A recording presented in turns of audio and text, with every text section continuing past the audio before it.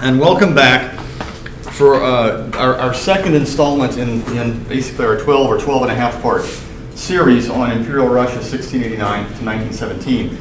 Let me review very briefly some of the major points that we covered last time around. I began introducing you to what I refer to here as your Palmer's six-step guide to understanding Russian history. And I discussed the first two of the six concepts that we're going to round out today. The first was this notion of surplus scarcity, or scarcity amid plenty. The idea that despite Russia's immense natural resources, incredible amounts of timber and gold, 20th century uranium, oil, and natural gas, many of the resources that this incredibly rich country has are located in inhospitable and difficult to reach regions. You think here, for example, of the oil deposits, natural gas deposits out in far eastern Siberia, in the far north, where the permafrost, or the frozen ground, prevents, in the 18th and the 19th centuries, drilling. In fact, you can't even construct lasting buildings on the permafrost until new methods are devised during the course of the 20th century. Another one of the characteristics, and a recurrent characteristic of surplus scarcity, has to do with Russia's almost impossibly difficult agricultural production. Despite the incredibly large size of the Eurasian landmass, only about an eighth of it is suitable to high-intensity agricultural farming. This is located in that black soil, or Chernozem region, just running to the south of Kiev today in a triangular fashion towards Central Asia, where it begins, to Siberia, where it begins to peter out. That is the most suitable territory, the most suitable ground for agricultural production, but owing to the high latitude that Russia occupies, the growing season is short. Given prevailing rainfall patterns, rain often comes at impropitious times during the year, late when you're trying to bring in the harvest, and this has led to recurrent harvest failures in Russian history that, despite the fact that Russia has typically produced enough to sustain a growing and at times very large population, that population tends to live, the peasant population tended to live just above the subsistence level, thus not having enough reason left over, what we call capital in the 20th century, for investment, for development, and for trade. The second issue that I had discussed is this notion of insecurity. We have here in the West this notion that Russia is the great bear sitting on the far eastern periphery of Europe, that it is a large, powerful, and frightening political entity. Oftentimes, from the Russian standpoint, Russia's vast size has been seen by leaders, state leaders in particular, as a source of insecurity. Very long, amorphous boundaries with potential adversaries on Russia's periphery, the Chinese, the Japanese in the late 19th and early 20th century, the confusing mass of folks in Central Asia, rebels and that sort of thing in the Caucasus, and of course Europeans to the west and to the northwest, who have been typically more economically rich, more militarily powerful, and more technologically advanced. These things have helped to create conditions time and time again in Russian history wherein the state, seeking to compensate for this sense of insecurity, has aimed to amass power to itself, to concentrate authority in the hopes of preserving its ability to defend itself against adversaries, foreign and at times domestic. Now, we took our story the first time we met up to the establishment of, well, actually we didn't take it that far now that I think about it. We talked about in very general terms the development of Russian agriculture, its climate and its topography. What I'd like to do today is to take the story from the establishment of the first Slavic state through the development of the second major Slavic state, the second major Slavic civilization that is going to emerge in European Russia. The first state is known as Kiev, and I will refer here and there to the Rus, R-U-S, or to Kiev and the Rus. And these are roughly going to be synonymous for us. But Rus, and this is the name, we're going to find out here in a minute, that historians use to refer to this first civilization. The second is going to be the state of Muscovy. Rus having its center in the contemporary city today of Kiev, now in Ukraine, right, not the Russian Federation. Muscovy, as you might be able to ascertain from the word, centered in an initially small and insignificant frontier fortress called Moscow. Moscow is going to rise to power in the course of the 13th and 14th centuries, owing to a whole host of interesting historical circumstances. That said, you may recall that when we met the first time, I talked at some length about the size and the breadth of Russia today, the largest country in the world from the standpoint of its landmass, and one that is multi-ethnic, multicultural, and during the Soviet period, allegedly multinational. But our story begins here in this region, in the southwestern corner today of, southwestern corner today of the Russian Federation, and in a country that today is Kiev, is Ukraine, an independent nation state, much to the dismay of the Putin government. Prior to written recorded history in these lands, what archaeologists, historians, and linguists surmise is that the open steppe regions, those open grass regions of the southern European Russian region extending into Central Asia, provided almost like a highway for the movement of a very large number of tribes, different speaking language, who spoke different languages, who comprised different kinds of ethnic groups. Our interest in this course is on the movement of the earliest Slavic peoples. The Slavic family is identified, as most ethnic groups are, by their linguistic ties. And when we speak about the Slavs, we're speaking largely about three major groups: Western, Southern, and Eastern. The Western Slavs would be those like the Poles, the Czechs, and the Slovaks, who would eventually migrate to take up positions in what is today Central and Eastern Europe. The Southern Slavs include the Bulgarians and the Serbians. The Bulgarians and the Serbs. Ethnic groups that are going to settle in what is today a region known as the Balkans. Our interest in this class with the Russians has to do with the Eastern Slavs, including today the Byelorussians, the so-called White Russians, the Ukrainians, and of course the Russian Russians. Okay. Each one possessing its own linguistic characteristics, but all united, or I should say, related from a linguistic standpoint. Yes, ma'am? What were the three again? You said the yellow or the white Russians? The white Russians, Byelorussians is what they are. Yellow? It means white. Belarus is white Russians. So the white Russians, Ukrainians, and Russians. What was the difference between the white Russians and the... There's small linguistic differences in it. It's not the sort of detail that we're concerned about in here. A Ukrainian and a Russian are going to be able to understand each other reasonably well. The Russian, today, for example, there have been instances in the past when the governments were still having regular dialogue, when Putin would bring an interpreter with him to interpret Ukrainian, alleging not to understand it. Okay, although the Russians are going to insist that Ukrainian is actually it's a dialect of Russian. It's not actually an independent established language. There's a politics here to the language, and we're going to get into this a little later in the semester. Okay, language politics, politics involving religion, cultural representation, everything is politicized or can be politicized, and oftentimes has been in Russian history. Okay. So these are our main ethnic or linguistic groups within the Slavic family, and it's among the Eastern Slavs that we are going to categorize the Russians. Again, these open areas here around the southern plains facilitated the movement of tribes and people. And we identify the earliest appearance of the Slavs out of this sort of tribal soup, this admixture of folks, around 700, 7th century AD, maybe going, or actually 8th century AD, maybe going a little bit back into the 7th century AD. But this gives you an idea here of the movement. Here are Bulgars moving to the south. We've got in this map, you can see a group moving down here from the north that we're going to talk about, Vikings, or so-called Varangians. But they would come to settle here in a series of different tribes: Ulich, Tiverians, Drevians, Polans, Severians. I'm not going to ask you to remember all these names. I simply want you to conceive of the fact that you have different tribal groups. They've emerged out of family units. Families have come together to form tribes.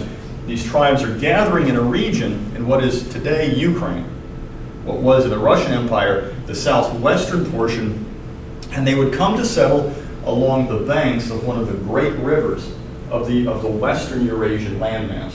That river is the Dnieper. The Dnieper. It is around the banks of the Dnieper,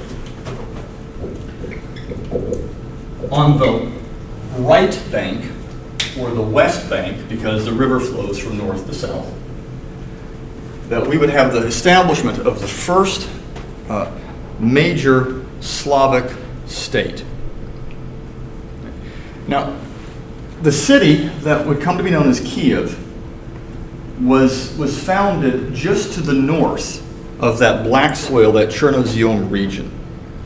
The close proximity to that rich agricultural land meant that agricultural production and farming could begin in a way to sustain a relatively large population.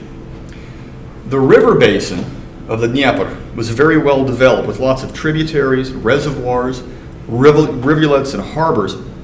And this is going to facilitate the movement of people, trade and commerce throughout this region, but also to the south toward this large open area known as the Black Sea, which in the 9th, the 10th, and the 11th century gave those who lived within this region the ability to travel all the way to the great city-state, or the great city, the capital of the Eastern Roman Empire, sometimes referred to as Byzantium, located here along the shores of the Bosphorus in a city called Constantinople. Now, how did the state come into being? What was the political structure of this first Kievan state? Well, we know, or we think we know, but what we know is largely based on myth. These stories come to us from chronicle accounts. These would be recorded stories that are left hundreds of years after what they allege to discuss. They could come down to us from the writings of monks, chroniclers. The chief source for the establishment of the Kievan state is something known as the Primary Chronicle. And the Primary Chronicle tells us a tale. It tells us a tale about the arrival of a group of men from the north,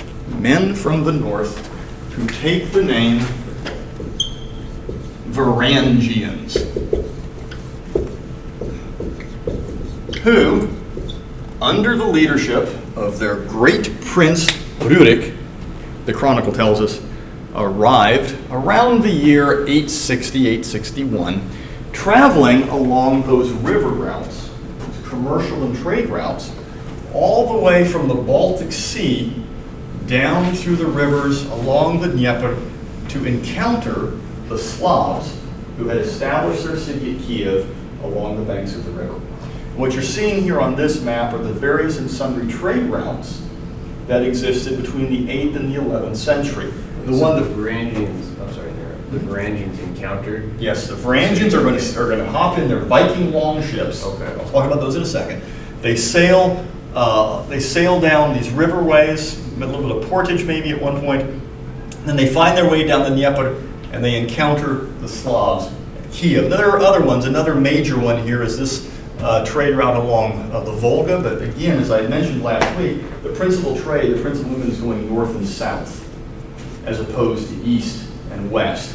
Where do you want to trade? You want to trade with Constantinople if you can. It's the wealthiest, the richest, the most prominent city, arguably in all of Europe at this point, in the 11th and 12th centuries, height of the Byzantine Empire, Byzantine power. What the chronicle tells us is that the Varangians arrive and they encounter the Slavs. And the Slavs, desiring for rule, invite the Varangians to come and rule over them and impose order amongst the Slavs. And this is a 1909, obviously a romantic style painting here of the invitation being extended to Rurik and the Varangians. This is the very basic, most fundamental foundational myth or foundational story of the Russian state. Interestingly enough, it's shared, of course, by the Ukrainians, because Ukraine is going to claim Kiev today as its capital. The arrival of the Varangians thus begins the political history of the first Slavic state. The Varangians, over the course of a couple of generations, are going to intermarry with the local Slavs. And eventually, the Slavic civilization is going to become ethnically and linguistically dominantly, overwhelmingly Slavic, even though its origins are multicultural, right? Because here you have what we would call the Vikings. Vikings arriving, the Varangians, these Norsemen coming down and establishing here their political authority over the Slavs. Here in this picture, you can see one of those longboats. Constructed. It's a more advanced type of construction. It's known as lap strake construction. And what they're doing with these longboats is you're taking long strips of wood, you're laying them parallel to one another, filling in the gaps with pitch and that sort of thing to make it watertight. The lap strake, or the Viking longboats, were seaworthy.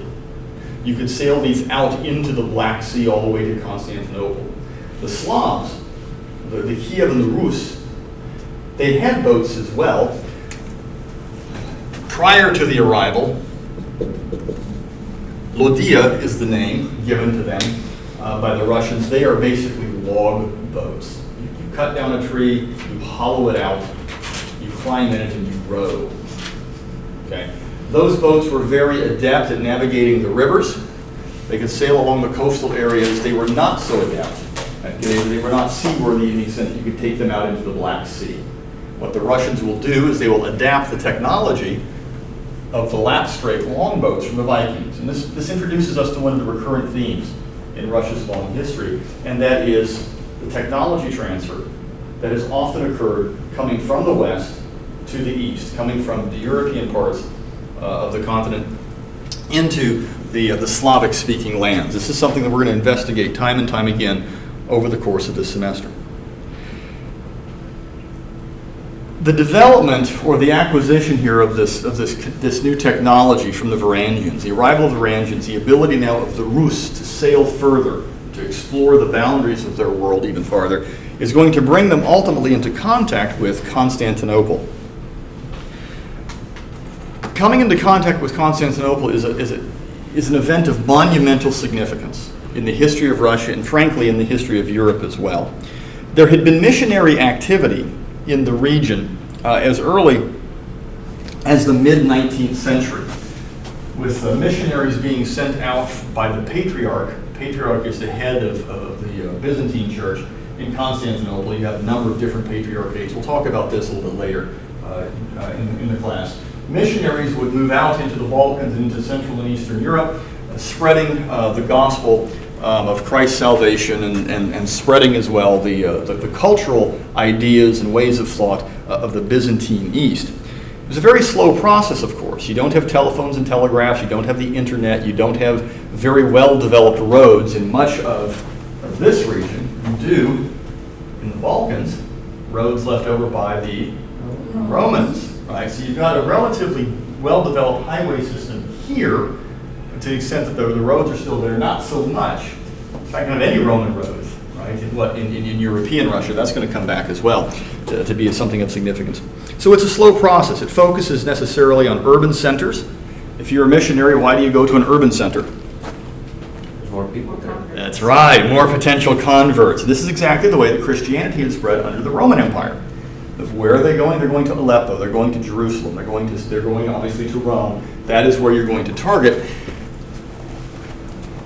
Kiev is a minor player at the moment. It's a relatively small settlement. You also have in this portion of the world the fact that you have such great territory. Urban centers of any significance are very far apart. The easiest way to travel from one to another, again, is along the rivers because you don't have roads. Perhaps pathways, but not much more than that, cut through the forest or through the southern steppe.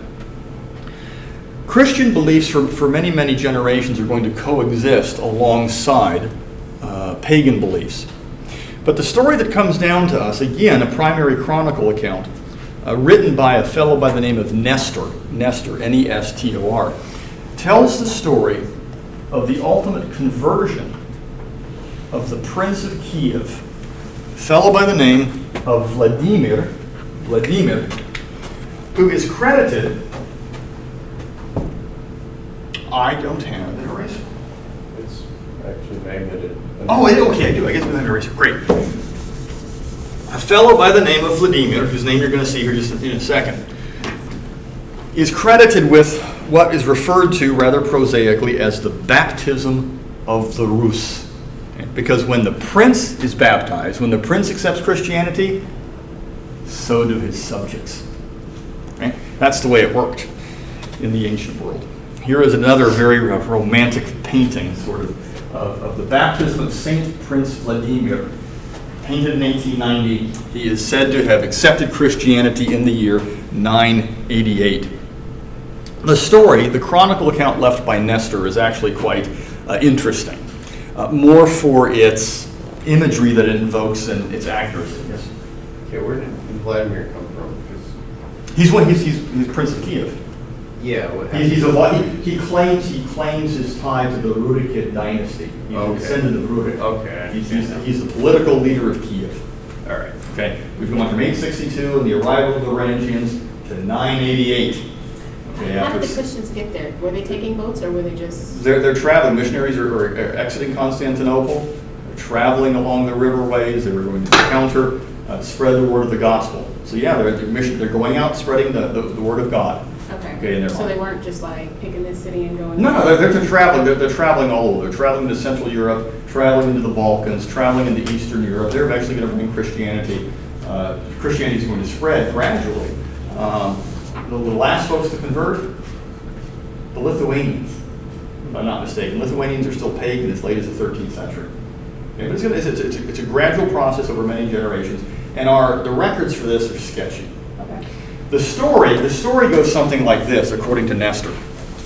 The Grand Prince Vladimir, desiring that there be religion in his land, desiring, in other words, to come into contact with and communion with a greater civilization than his own, because that's what the adoption of religion is going to signify, moving out of this pagan world of believing in trees and spirits and that sort of thing, into having an organized religion, sends his emissaries to all of the major religions known to him.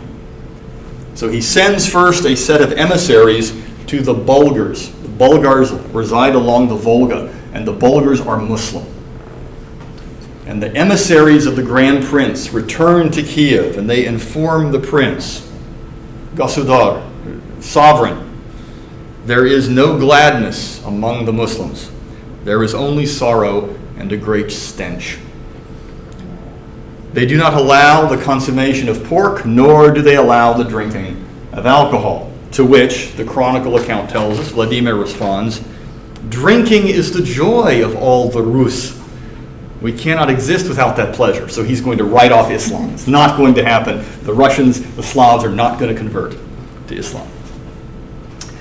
Emissaries are sent to the Jews in Moravia, what is today the Czech Republic, Slovak Republic, Central Europe. And the emissaries come back and they explain to Vladimir what they encountered. And they explain that, in their opinion, the loss of Jerusalem, the holy Jewish city, is a sign that God has abandoned the Jews. Vladimir concurs. What year was this, roughly? 980. The chronicle account tells us 988 is the year that he converts. The Jews have lost their holy city. It's a sign that God has abandoned them. Nope, not going to go with them either. Emissaries who've been sent to the Catholics, the Catholic lands in Poland and in Germany come back, and they report that they've encountered the Roman Catholics. There is no beauty nor any majesty in their churches, no glory suggesting the wonders of their religion. The emissaries who were sent to Constantinople are the last to return, according to this account. And what the emissaries have to tell Vladimir is something that is beyond belief. They tell their sovereign, Sire, entering into the churches of Constantinople, we knew not whether we were in heaven or on earth. Such is the beauty and the majesty, the splendor of this religion, that we have no words to describe it.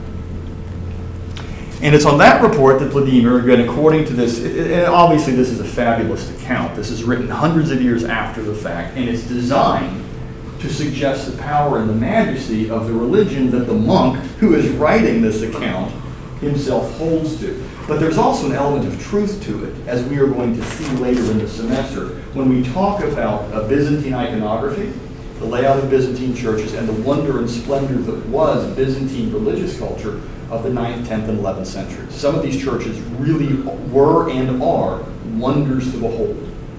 Okay. So it's on this account that Vladimir is going to accept Christianity from the Byzantine East, and in the process, the conversion of all of his subjects is gradually going to unfold over the ensuing generations. So they accepted Eastern Orthodoxy. Okay. Eastern Orthodoxy. Eastern Orthodoxy. It's something of monumental significance. Monumental significance. Not only because now the Rus are in communion with Christendom, which grants them then certain privileges that would not be accorded to pagans. For example, once Vladimir converts to Christianity, other Christian princes will allow their progeny to intermarry, to form dynastic alliances. You guys watch Game of Thrones? Okay. This is where they get that. You're forming a dynastic alliance via marriage. And this is going to begin occurring relatively soon by the late 10th, the 11th, or by the early 11th centuries. You have the intermarriage of Rus princes and princesses with the princes and princesses of say, Scandinavian kings, okay, of Western kings and Western sovereigns. You cannot intermarry in the ancient world Christian and Jew, Christian and pagan, Christian and Muslim. It doesn't happen. Okay? This is a clear sign that following the conversion, the quote-unquote conversion of the Slavs, the Slavic world, ancient Kiev and the Rus enters into the European civilization, a broader European civilization. But the important point is that the Kiev and the Rus are become Christian from the east, from Constantinople, and not from Rome. Roman Catholic Church, the dominant ecclesiastical power and an important secular power in the West, and the Eastern Orthodox Church, the Patriarchate of Constantinople, soon after the baptism of Prince Vladimir, split into entirely different entities. They excommunicate one another. The Pope excommunicated the Patriarch returning the favor in what is known as the Great Schism in the year 1054. Now, without taking sides, because I'm supposed to not take sides, because I'm the instructor, the split of what was once a unified Christendom occurs. Yes, ma'am. They were unified before. There was one Christian church. But he chose. He's going to be. They're going to be converted from the east. Was this before or after? This is before 988. The schism is going to occur a little bit later. Rather than receiving Christianity from Rome and the Roman Catholic Church, although at that time there was no Roman Catholic Church. Right. Okay, there's one church, but you have a different language being used in the West, Latin. Okay. Constantinople, the Eastern Roman Church, allows those who convert to Christianity to use their vernacular. In other words, they can use whatever local language is in their liturgical rites. Yeah, this guy wouldn't allow that. No, it's Latin. At the time. At the time, it's Latin. It's Latin all the way to what, 1960s? Is it Vatican I? So Vatican II. Vatican II. Because there used to be the Roman Catholics have something called the High Mass, conducted in Latin. If you go to a Catholic Mass today, it's English. Or if you go in Mexico, it's Spanish. Okay, that wasn't always the case, and it wasn't the case throughout the entire medieval and early modern period. Everything was in Latin, and this is of monumental importance. When the Bulgarians are going to be converted, when the Slavic peoples are converted to Christianity, the missionaries have to create an alphabet to represent Slavic speech in the written word, because the Slavs don't have a written language. They only have an oral tradition. Okay? The missionaries who are credited with doing this are Cyril and Methodius. Cyril and Methodius. They actually first convert the Moravians. And then later, the missionary activity is going to spread back toward the east. And the Rus are going to be converted. And they are going to begin utilizing the first alphabet invented in order to create, again, a written record of spoken Slavic. That first alphabet is known as a glagolitic. Later, what will emerge is something known as the Cyrillic alphabet. The Cyrillic alphabet, obviously named after this fellow Cyril, but coming after him. The Cyrillic alphabet is based upon Greek letters, so that you see that many of the Slavic characters, the Cyrillic characters today, resemble Greek characters. Today what you will find, because in time, this first script, it's known to linguists as Old Church Slavonic, is going to evolve or devolve into Russian, Ukrainian, Bulgarian that are spoken today. But if you go to an Orthodox service in Bulgaria, you're going to hear a Slavic church service. If you go to an Orthodox church in Romania, you're going to hear Romanian. Romanian is a different language. If you go to a Finnish Orthodox church, Finnish. And if you go to an American Orthodox church, unless it's a Greek one like St. George's here in town, it's going to be typically English. OCA, the Orthodox Church of America, conducts almost all their services entirely in English. A Greek church is going to bounce back and forth between Greek and English. They have converts and things like that. Make sense? Now, back in the 10th and 11th century, it was all Slavonic, all Church Slavonic in these lands, while the Roman Catholics to the Christians to the west are conducting their liturgy in Latin. So there's a linguistic difference. And there are also different ways of thinking. There are different ideas about politics. There are different ideas about the organization of the church. And the schism of 1054 is going to occur from the Orthodox standpoint, because the Patriarch of Rome, known as the Pope, insists on ecclesiastical primacy. There are 7 patriarchates, 7 religious leaders in the ancient world. You have Patriarch of Rome, the Patriarch of Constantinople. The Patriarch is the head of the church and its bureaucracy, its administration around this great city. There's one in Alexandria, there's one in Jerusalem. Okay? The Patriarch of Rome is going to claim, as the head of the church, Peter's church, where the first Christian church, when Christ said to Peter, upon you I will, you are the rock upon which I'm going to establish my church. The Pope is going to claim primacy over the other patriarchs. He's going to claim the ability to have final say on the interpretation of Scripture as the church is developing its theology. Many of the other patriarchates disagree with him. They argue instead for what is referred to as a collective rule, a collective way of coming to terms and coming to understand the meaning of the gospel. And so they're going to split over political, they're going to split over linguistic, they're going to split over philosophical differences. That schism in 1054, coming shortly after the conversion of the Kievan Rus to Orthodoxy, is going to be of monumental importance. Because it creates a split here in the Christian church, the Christian faith, between West, Roman Catholic West, and Orthodox East. Which of these two is the true faith? Now today it may seem kind of silly if you're not a believer. At the time it was of monumental significance. From the standpoint of the Rus, the Russians who have adopted Orthodoxy, the West has fallen into heresy. They're heretics. They are not true believers. They have sullied the Word of God. Now, from a political and cultural standpoint, we're going to see how this plays out over the course of the semester. But all I want to say for the time being is that the significance of the Christianization of the Rus from the East gives them ties to Constantinople, gives them a new language, a written language, and because of that written language, the Slavs are going to develop a literary tradition earlier than other ethnic groups in Europe. You have a Slavic literary tradition before a German tradition, almost before a French tradition. Why? Because the Slavs are using their written language, their vernacular, whereas educated Germans, educated Frenchmen, or who identify later as German and Frenchmen, they're using Latin. Yeah, they're using Latin.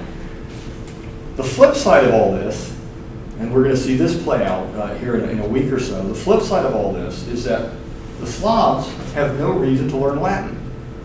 They really don't have any reason to learn Greek. And they don't, for the most part.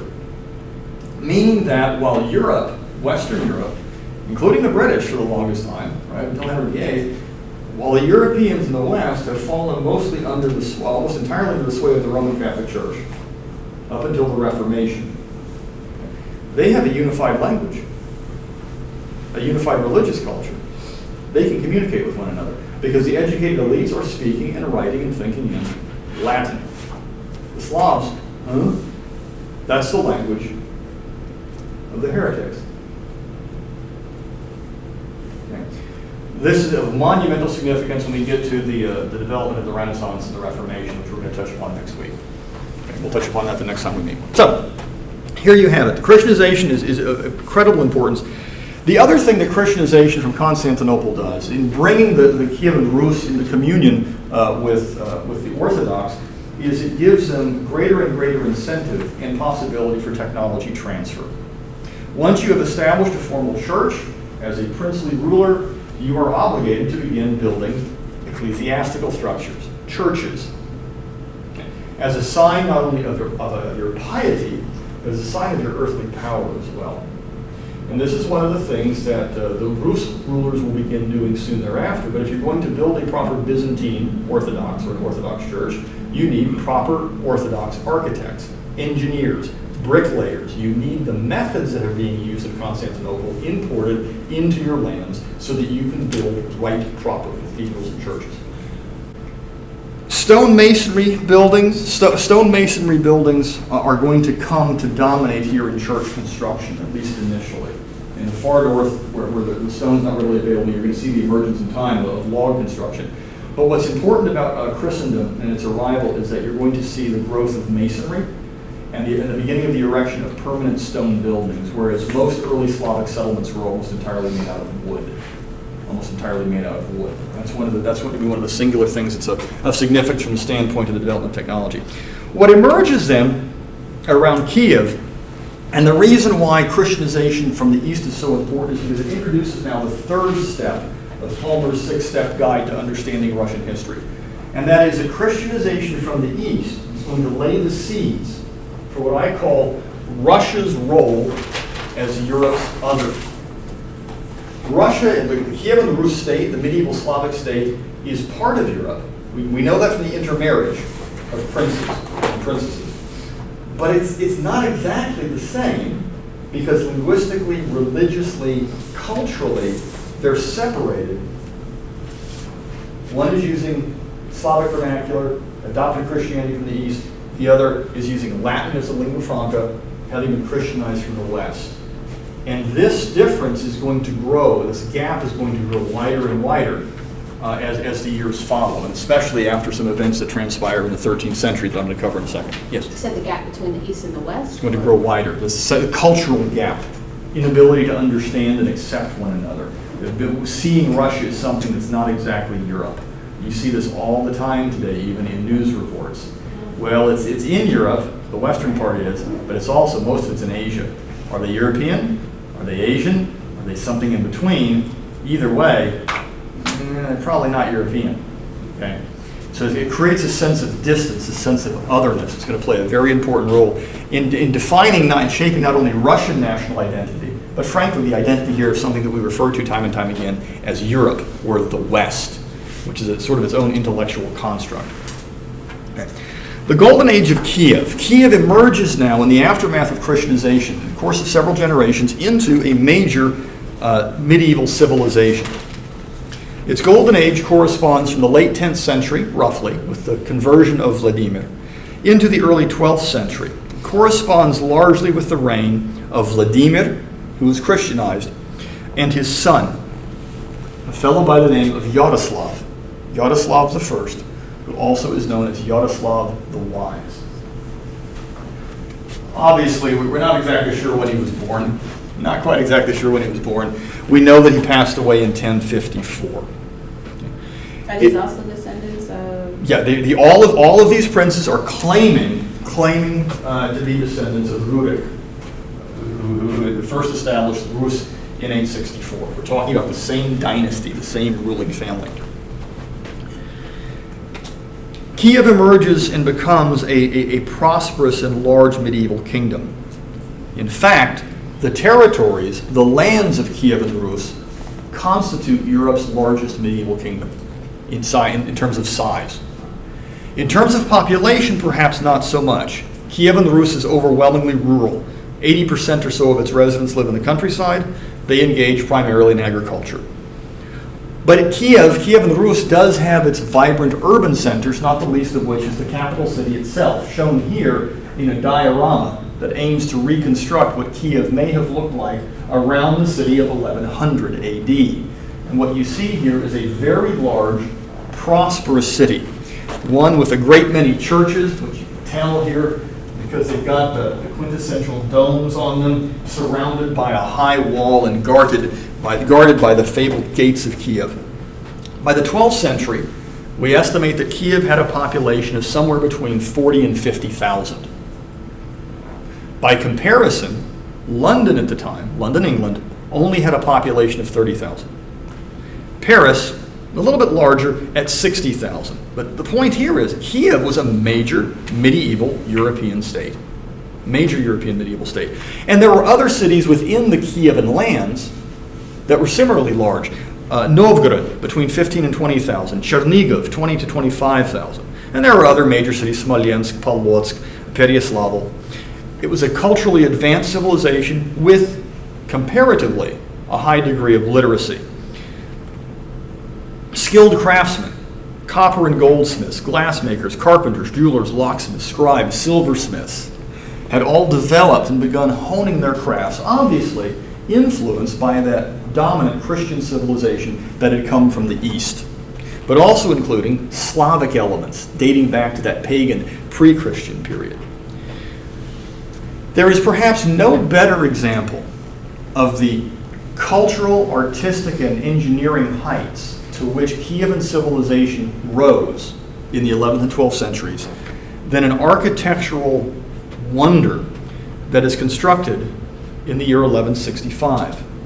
It is known as the Church of the Intercession on the Nerl. This is it. It was commissioned by a prince by the name of Andrei Bogulevsky, and it would demonstrate here the multicultural, multi-ethnic composition of ancient Kiev. It's constructed on a Byzantine floor plan. Byzantine floor plan. Cruciform in shape. If we could cut the top off and look down, you would see, this is why Palmer didn't go to architectural school. It looks like this. Looking down into it with columns and posts sustaining it, and over the top, a cupola stretching up and above. This is a Byzantine church design. It was constructed using Western European engineering methods. You bring in Italian engineers, the world's best at this time, but it incorporates Slavic decorative motifs. Did they also put those into Finland, for example? Later on, when Orthodoxy spreads into Finland, yeah. It's an architectural style that, although you're going to get slightly different nationalistic variants, the cupolas, the dome structure, this is all inherited from Byzantium. Okay. It suggests here, again, Byzantine floor plan, Western engineering and technique, Slavic decorative elements, sort of a blending of multiple cultures. Okay. It is also an engineering wonder. It's constructed along the confluence of the Nerl River. That's where this comes from. The Nerl is one of the rivers. The other one is the Kliazma. It sits at the convergence of these two rivers. And one of the wondrous things about this church, and it stands today, much as it did in the 12th century, it has somehow managed to survive largely untouched. There are 12th century illustrations on the inside of its walls. Have you visited? Yes, I have. It's simply stunning. Every spring, the Nerl and the Kliazma flood. And when those floods occur, the church appears to be floating on water from a distance. This is the height, really, of Kievan Rus culture, about the 12th century. Now, having said that, I should also note that the Kievan Rus have law. law is another sign of the maturation of a civilization. That law is going to be issued by Yaroslav the Wise. It's known as Russkaya Pravda, or Russian truth. Russkaya Pravda. And it is, once again, relative to the time, relative to the age, a relatively advanced document. It's a mixture of ancient custom and new innovations. It grows over time. It evolves, as law codes oftentimes do, to include a list of offensive and punishments, penalties for damaging property, penalties for damaging princely property. You screw with the prince, you're going to pay the price. There's no capital punishment. There's no capital punishment in the Kievan law code. That has part to do with the church, doesn't it? Part to do with the church. That's part to do with the church. Now, having said all of this, we've set up Kiev as this wonderful cultural entity here in the medieval world, but Kiev has its own curious political culture. It is, like many medieval medieval European states, connected and held together by alliances, by familial dynastic ties and alliances. A prince ruling over a territory this vast, this is a ginormous territory compared to, say, the lands of what would have been contemporary France, the contemporary German lands. How do you maintain control over all of this? Well, your control is going to be loose, and it's going to depend largely upon your ability to call upon the aid and support of allies, other members of your extended family, princes in other places. Princes in, for example, Halich, Pereyaslav, here's Chernigov, I had mentioned just a minute ago, Novgorod to the far north. Each one of these cities is the capital of a principality meaning a land or a territory ruled over by a prince. So the Prince of Novgorod is a political leader. Prince of Chernigov, political leader. Prince of Smolensk, political leader. But it is the prince in Kiev who claims primacy over the other princes. He is recognized as the Grand Prince. The Grand Prince of Kiev. It's a formal title, Grand Prince. The Prince of Princes. Okay? And is going to aim to hold this vast territory together through a series of, like I said, alliances. The political structure was actually relatively simple. The lands of the Rus belonged to those who claimed to be, or who were in fact descendants of Vladimir I. Okay. Who, of course, trace his lineage all the way back to Rurik and the Varangians who arrived in 862. Legitimacy, princely legitimacy, was not vested in the individual, though. It was invested in the family. Ancient Kievan Rus political culture was structured around what we might call clans or families. Okay? It's a family or clan-based structure. And again, it's hard not to ask you guys to think here about Game of Thrones, because this is it really does serve as a good example of illustrating for folks what was the Middle Ages all about. This idea of the Lannisters versus the Starks, but it's not quite so simple because you've got bastard children. Are they legitimate or illegitimate? And everything hinges upon legitimacy. Well, who is legitimate? Someone who's legitimate is someone who is recognized by enough people as being legitimate. Okay? And if someone is actually a pretender to the throne, has lied about one's lineage, but can convince enough people by buying them off, giving them favors, or threatening death, well, okay, yeah, they're legitimate. You know, Joffrey, oh yeah, yeah, he was actually, yeah, he wasn't the son of the incestuous, you know, oh, that's right, he was a legitimate king. You guys get the idea. All of this type of intrigue was typical in the Middle Ages, and especially amongst the Slavs. Power would be distributed and redistributed, claimed and counterclaimed among members of a continually expanding kinship group.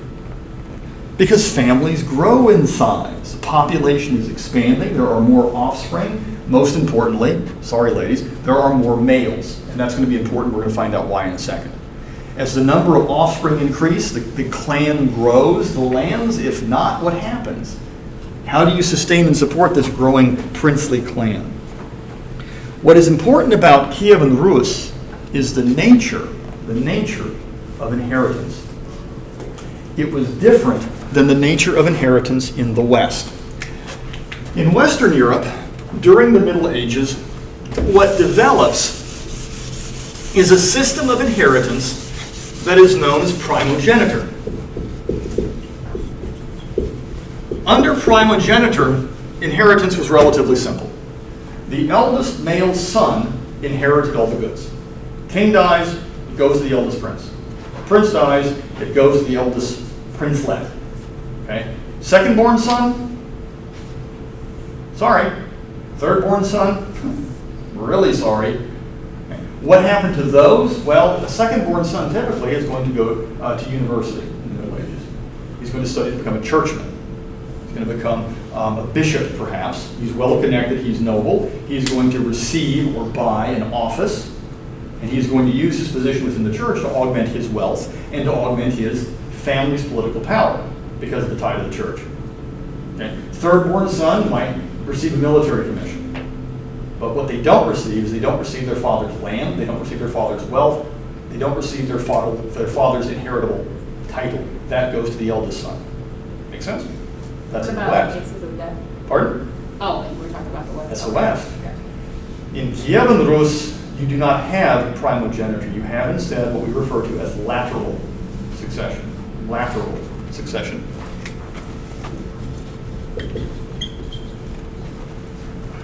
Lateral succession. Under lateral succession, what ends up transpiring is that the surviving brothers split up the prince's domain. The surviving brothers are going to split up the prince's domain. If only one brother survives, not a problem. If there are two, the prince's domain has been halved. If there are five, it's fragmented. What about if you have an instance in which you have a question of illegitimacy? Is the brother, is it a legitimate brother? Is it a half brother? What happens in that case? What about the nephews? Okay. It becomes a very complex question, and this is going to bedevil the political organization of the Kiev and the Rus. The princes themselves were little more than warlords who formed a military elite. They all claimed descent from Rurik, and they ruled their regions like feudal lords would in the West. There's a lot of infighting. The Slavs are just famous for fighting against one another. But they tended to come together and unite when they were faced by a common external enemy. Okay? So they can unite to fight the external enemy. If they defeat him and survive, then they fall to squabbling again amongst themselves. The kinship ties were at the absolute heart of the entire political arrangement. These would be augmented by something known as the princely druzhina. Or, if you prefer, the retinue that the prince had at his disposal. Right, if you're a rap star, this would be the posse. Right? That's what it is. This is the prince's posse. They're his armed warriors who work for him and have direct personal loyalty to him. Okay? May not be related to him, but they serve as his personal bodyguard. They serve as his praetorian guard if we were in Rome.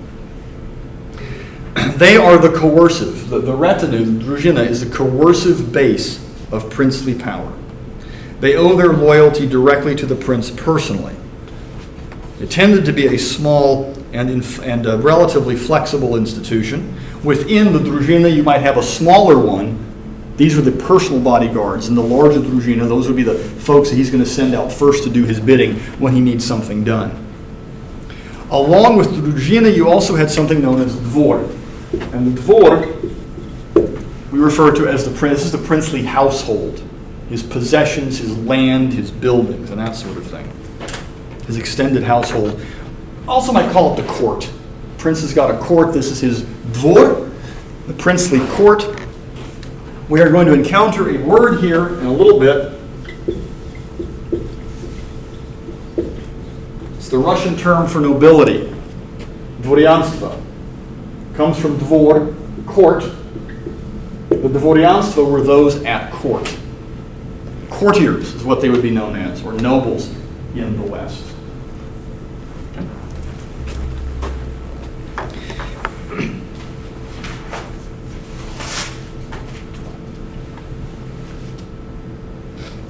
here's a drawing of the obviously much later, the 19th century. A reading of Ruskaya Pravda to the people. Here the people are receiving the law that's been sent down to them by Yaroslav the Wise. Again, it's a developed, politically advanced civilization, but one that represents, the thing I want you to remember here is the power that the prince has in this medieval political system. The prince's power is not yet absolute. There are other elements of political culture that serve almost as counterweights, but not fully, certainly not in a Western European sense. Along with the prince, along with his oops, I don't want to go there yet. He has to contend as well with other noble elites who may fall outside his retinue, maybe within it. These would be known as the boyars, prominent members of nobility who serve as advisors, consultants to the prince.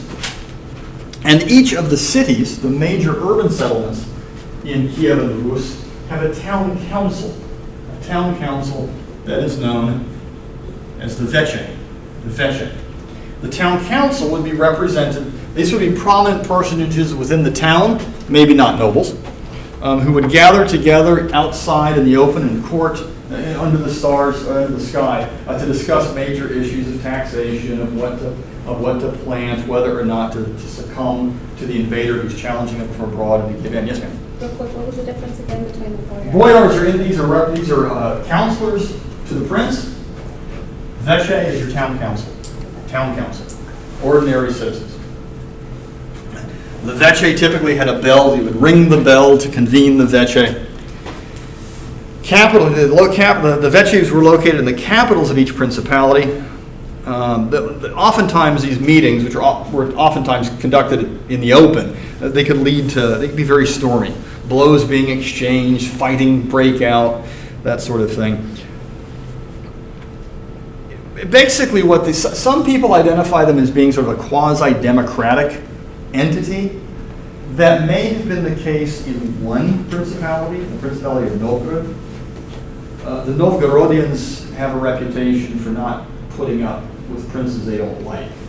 And they would time and time again unite around the prince and remove him from power by force. But in most instances, what the Veche was an ad hoc body of urban elite that would convene during times of crisis or to resolve long-standing problems. Okay. Again, Novgorod to the far north is a bit of an exception. Between 1154 and 1159, Novgorod averaged one new grand prince each year. Okay? Because what the Veche, the prominent urban leaders would do is they would gather together, they would force the prince out under threat of deathly violence, kick him out and bring in a new one, establish a new prince. They didn't like him, kick him out. Maybe go back and bring in the first one. Okay, but this is unusual. Novgorod's a bit of an odd duck in Kiev and Rus for a couple of reasons we're going to talk about here in a few minutes. Okay? So we've developed now a highly cultured, complex, and advanced Kiev and Rus society by the late 12th, the early 13th centuries. But by this time as well, that system of lateral succession, the absence of primogeniture, has begun to cause problems. Political authority is beginning to fragment. Okay. Land holdings are growing smaller and smaller as you're dividing up the territory of the prince amongst his many, many sons. The amount of land that you can hold is going to grow smaller. It makes it more and more difficult to sustain agricultural production, to meet your economic and most importantly your military needs.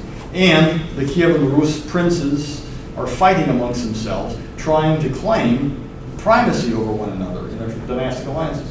Each of the individual princes have that lateral as well. So yes. Not only are you splitting up between each of the princes, you're now splitting up between each of their sons yes. and so on. Yes, yes. You can see what the problem is here.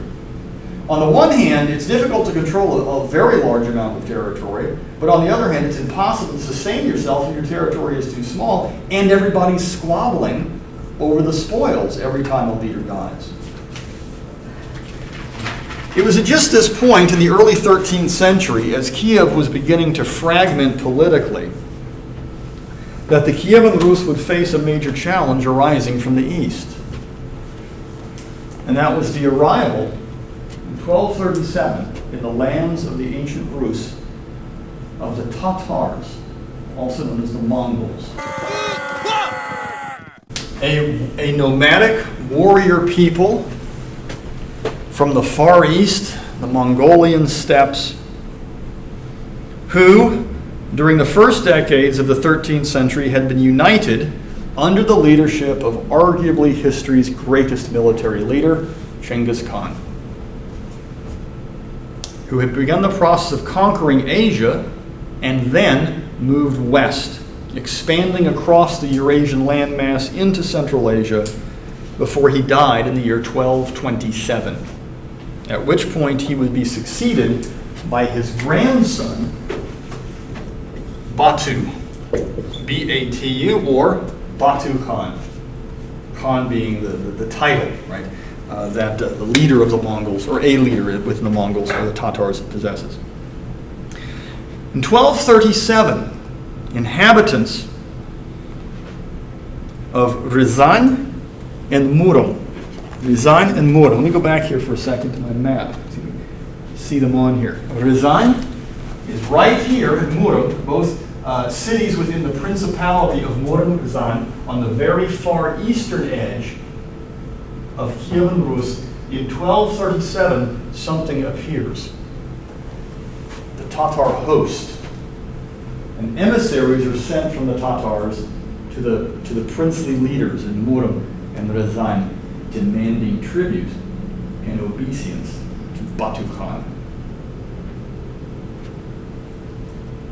What the hell is this? Say the princes. No, this is absurd. They refuse. And the Mongols will embark upon a winter campaign in the year 1237 into 1238. And they will, under typical Tatar practice, respond to the refusal to accept tributary status by attacking the cities, burning them to the ground, slaying and enslaving the males, carrying off the women and children. They destroy the cities, giving no quarter. Vladimir is next, then Suzdal, Tver, Moscow, a series of towns. Here's Suzdal, here's Rostov. Moscow is right up here. It's not on this map yet because it's really not that important. Cities and towns are going to be devastated by the Mongols. The princes and ordinary subjects are killed. Taxes are placed upon the population.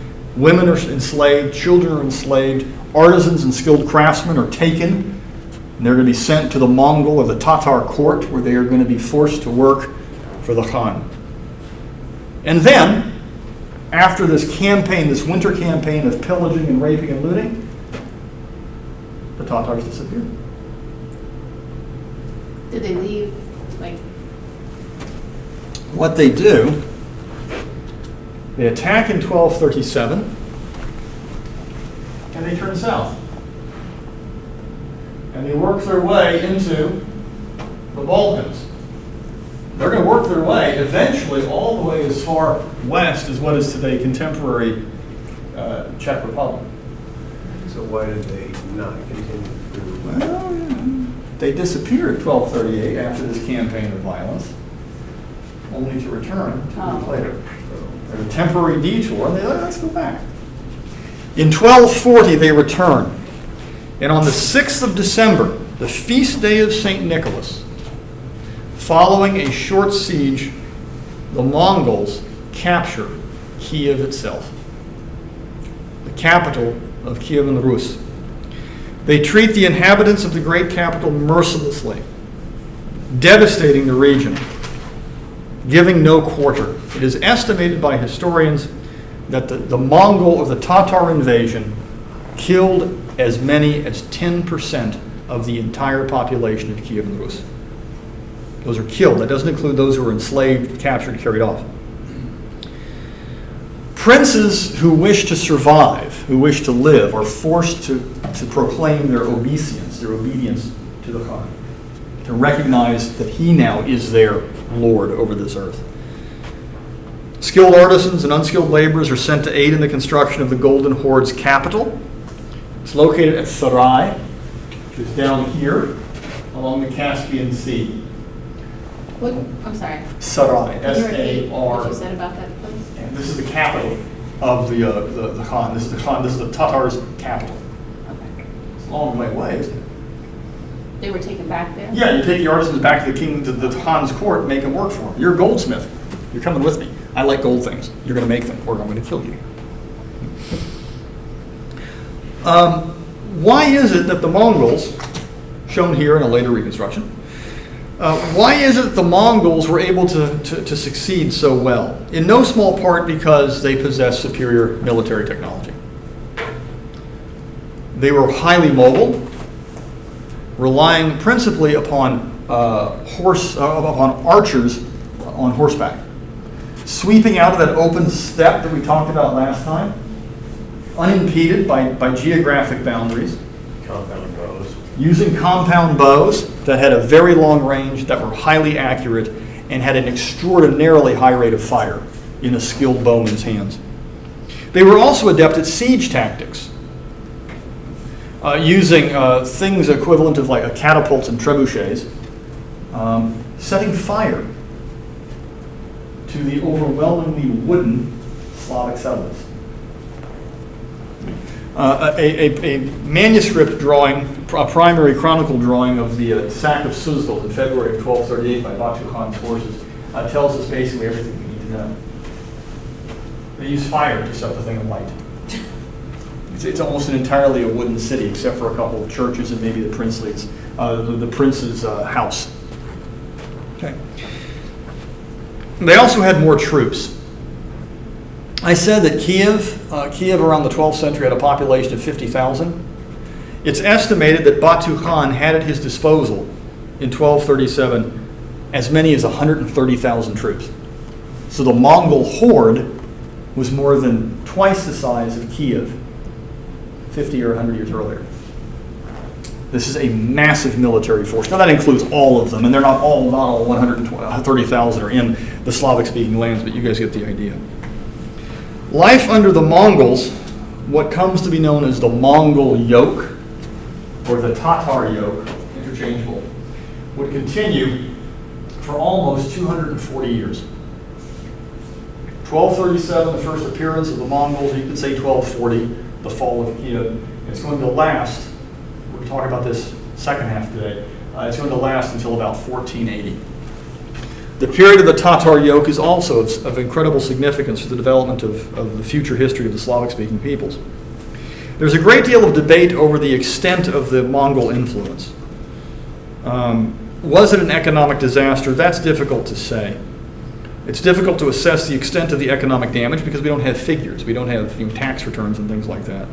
But the survival of cultural relics is a pretty good indication of the extent of the Mongol damage. Kievan Rus was a literate culture.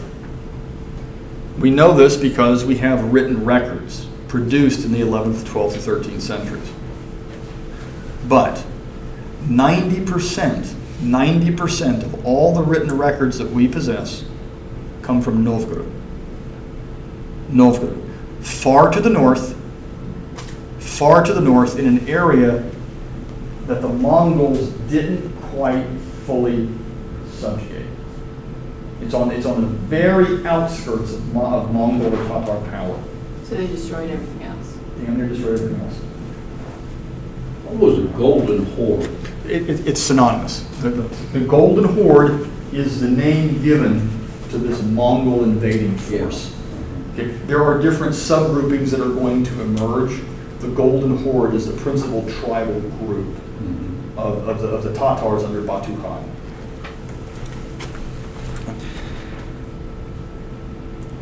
Church construction would decline precipitously after 1240. But the immediate damage that was done by the Mongols perhaps was not quite as bad as it might have been Because once again, most Russian buildings, most Kiev and Rus buildings were made out of wood. And wooden buildings can be rebuilt relatively quickly as opposed to a stone or a masonry structure. If it's destroyed, you've got a lot more work to do. Okay? So that you could rebuild in a couple of generations. But the other thing that's important is the way in which the Mongols would administer these territories. The principalities would be subjugated to the Mongols. The Mongols, if you didn't agree to surrender, yes, they would crush you and give no quarter. If you agreed to tributary status, as the folks in Novgorod did, it's one of the reasons Novgorod is spared. The Mongols show up and the Novgorodians are like, oh my God, look at what's happened everywhere else. Sure thing, whatever you say, here's your tribute. Don't burn our city. Okay. The Mongols, having established their authority, didn't aim to destroy utterly the culture and the society. They were more like parasites. They wanted to tax. They wanted to extract wealth. And once the Kiev and the Rus civilization had fallen to the Mongols encouraged the integration of the rebuilding and the restructuring Kievan economy into the Mongol trade networks that extend into Eurasia. What the Mongols chiefly aimed to do, what Batu Khan and his subordinates thrived on, was something known as Yarlik.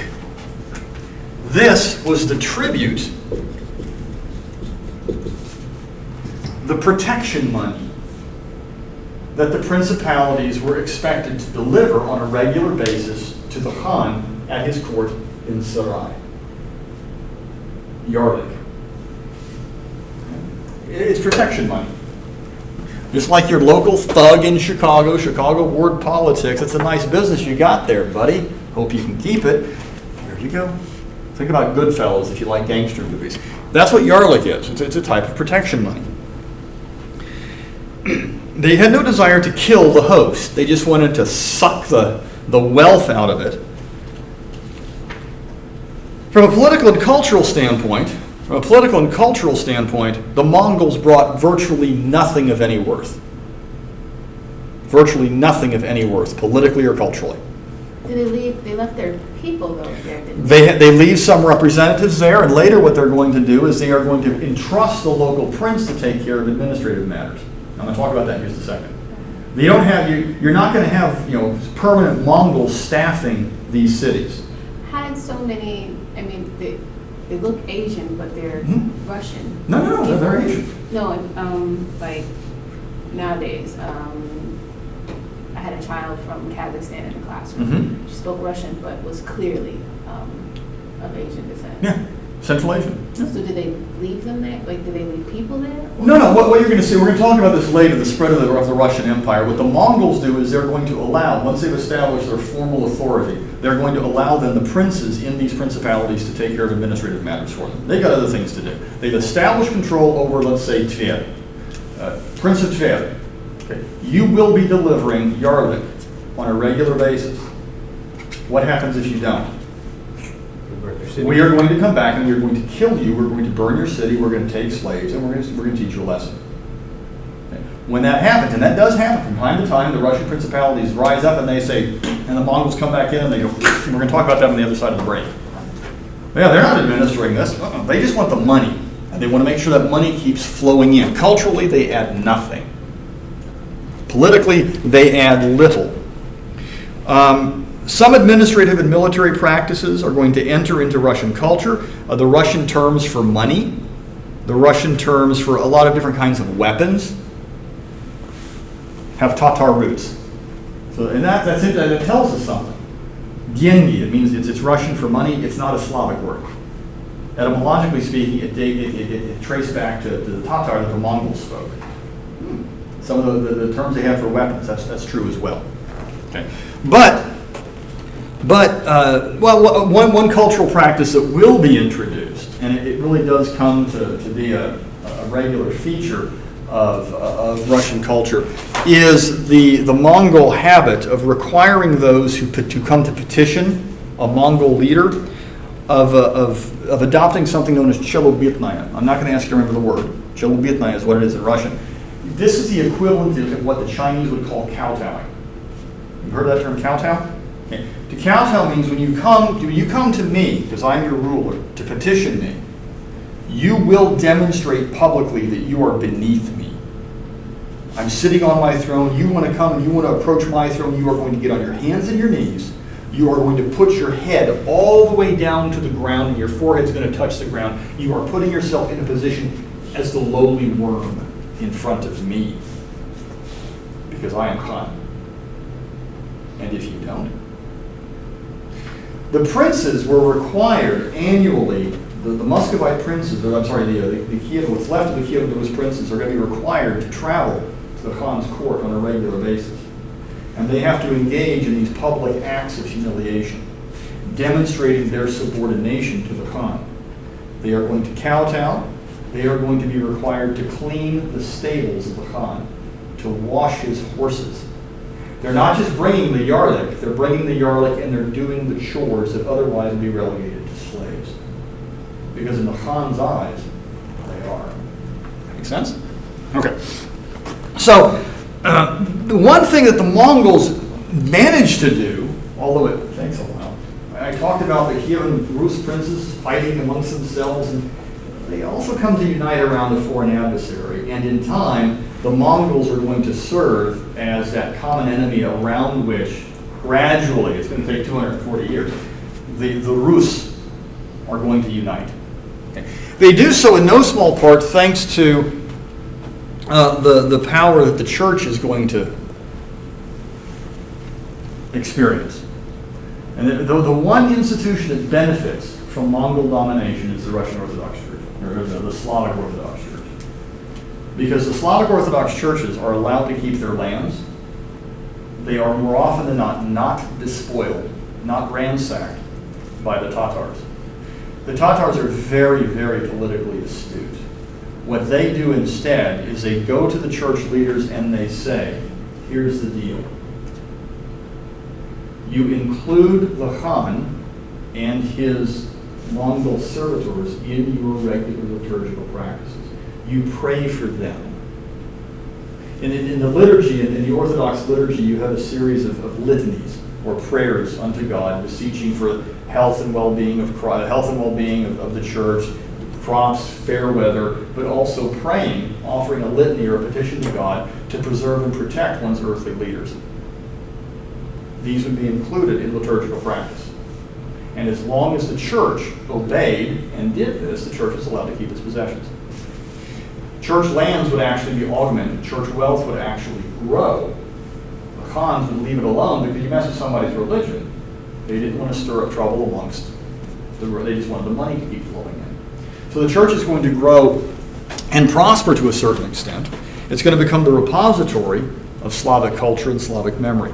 But there is another very important development that is going to emerge from all this, and I'm going to give you guys a chance to take a break. And that is that the invasion of the Slavic-speaking lands by the Mongols is going to lead to a major demographic shift. They've attacked from the east, they've come and they've swept down here to the south and to the west. Here's Novgorod to the far north. The Novgorodians say, hey, we're cool. Don't burn our place. The despoilation of these territories and the destruction of Kiev in the generations that follow Kiev's fall is going to lead to a demographic shift in which the population center and the cultural center of the Slavic lands is now going to move to the north and to the east, away from the more fertile lands of the Chernozem, the black soil region, and into the areas that we talked about last week, sort of the periphery, on the border of the taiga, that forested region in the mixed forest zone, not exactly well suited to agricultural production, but what does the forest give you that the open plains do not? A degree of protection from recurrent Mongol or Tatar raids and from the raids of other peoples. That's the other major development that takes place. It's hard to run cavalry. It's hard to run cavalry. It's hard to run horse archers through the forest. The taiga is not particularly well suited to that. What is going to emerge over the course of the 13th through the 15th centuries is going to be the establishment and rise of the second great Slavic civilization of the Middle Ages. Kiev has fallen. What will come to replace it is the Principality of Moscow. We'll talk about that after you guys take 5.